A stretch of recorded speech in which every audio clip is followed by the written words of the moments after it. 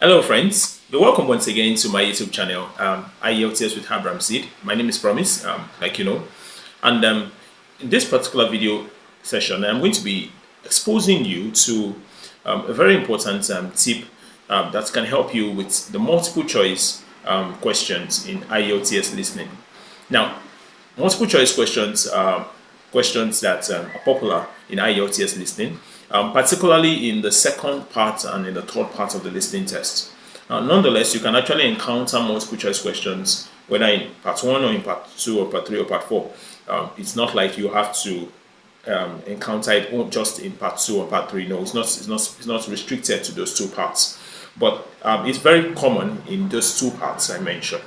And it could actually be quite challenging to deal with multiple choice questions, given the fact that you don't have a passage attached to that to the multiple choice questions. You have a number of options available, and you are expected to find answers to them.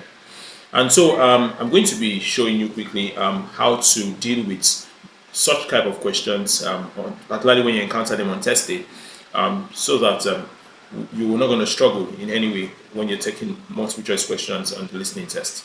And so I have these questions before me. Now, I've selected these questions. They are questions for part 2. And just as a means of recap, remember that part 2 in IELTS listening is the part where you listen to a monologue that is delivered by an official of an organization. The person could be talking about work issues, or be talking about the activities of a particular organization, perhaps plans that the organization have for workers, or the duties and responsibilities of different workers, or how an organization has evolved over time. And so it's going to be a monologue that you're going to listen to there in part 2. And you could have some multiple choice questions, perhaps maybe 4 questions or 5 questions, as the case may be.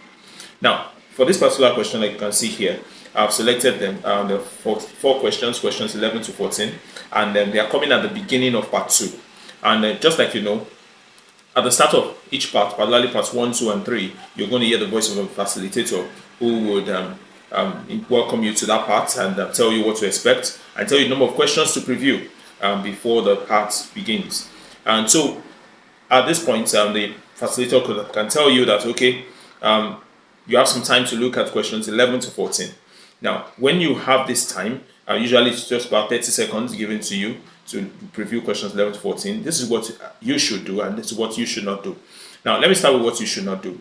Now, do not read the question and the questions and the options during that brief break, because when you try to do so, you might have an overload of information in front of you. Imagine you reading what you have here. Stevenson was founded in 1923, 1924. You're reading all of that. You go to 12, you go to 13, go to 14. There's even the tendency that before you are done doing all of this, the recording would have begun, would have resumed, and then you might be lost. So what do you do instead? What you do instead is just read each question and ignore the options. Yes, you can see the options there, but just ignore the options for the time being. And when you read each question, try to locate the keywords, the words that are very important, and try to create questions out of them. Now, what do I mean? If you look at 11 and 12, for instance, you have incomplete statements there. Stevenson's was founded in, that's what you have in 11, and in 12 says, originally Stevenson's manufactured goods for dash. Now, the statements are incomplete, but you can create questions from there. That means when I read 11 for the first time, I see Stevenson's was founded in, so it means that the question will be about when Stevenson's was founded. So I'm going to be predicting the exact date or year that Stevenson was founded. Then 12 says originally Stevenson's manufactured goods for. So that means what was the original idea? What was the original reason why Stevenson manufactured goods? Which set of persons did Stevenson manufacture goods for? Those are the kind of questions that will pop up in my head. And then 13 is a complete question that says, what does the speaker say about the company's premises? So that means there's an information about the company's premises that I'm moving here. And then 14 says, the program for the work experience group includes that. Now that means there's going to be a program for the work experience group, and then it's going to include a number of things. So I need to take note of what's going to include. And so that's the information I need to have at my disposal before the speaker begins the talk. because if I read the question and the options, I may just get confused. And so when the speaker now begins to talk, what do? I will now narrow my gaze, my attention towards the first question. So I go back to the first question, and this time around, I can now read the question as well as the options.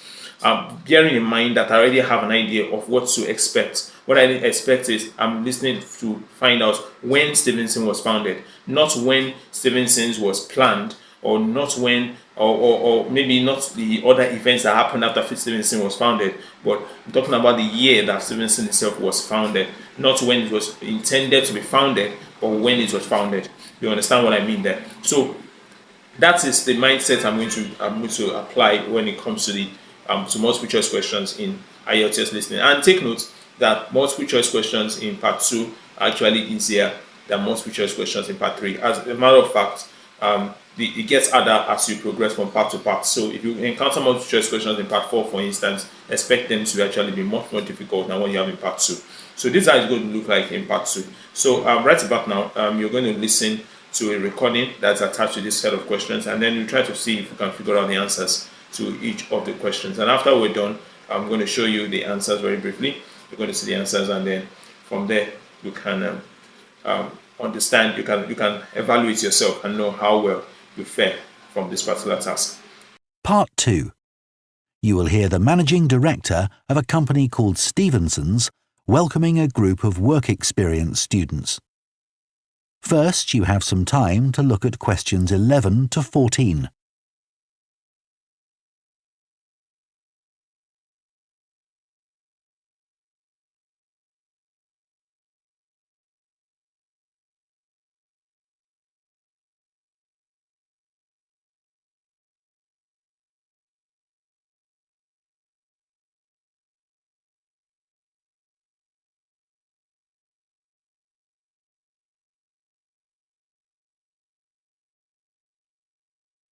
Now listen carefully and answer questions 11 to 14. Good morning everyone, and welcome to Stevenson's, one of the country's major manufacturers of metal goods. Thank you for choosing us for your 2 weeks of work experience. My name is Julia Simmons, and since the beginning of this year, I've been the managing director. Stevenson's is quite an old company. Like me, the founder, Ronald Stevenson, went into the steel industry when he left school. That was in 1923.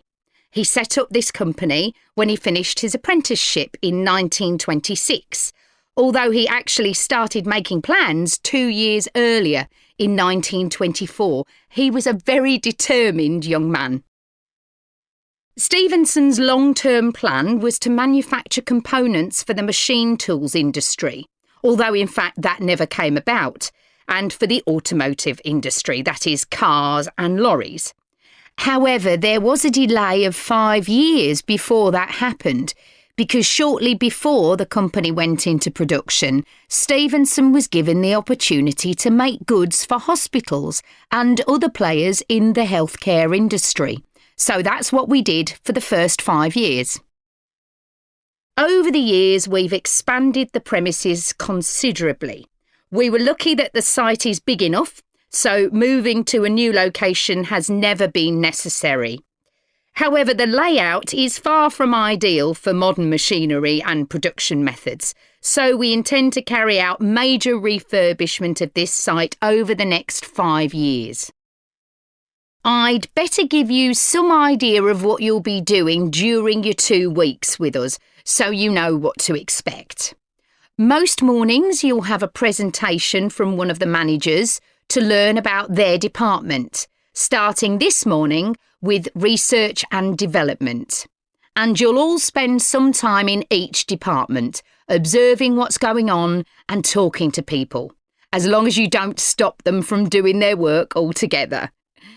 In the past, a teacher from your school has come in at the end of each week to find out how the group were getting on, but your school isn't able to arrange that this year.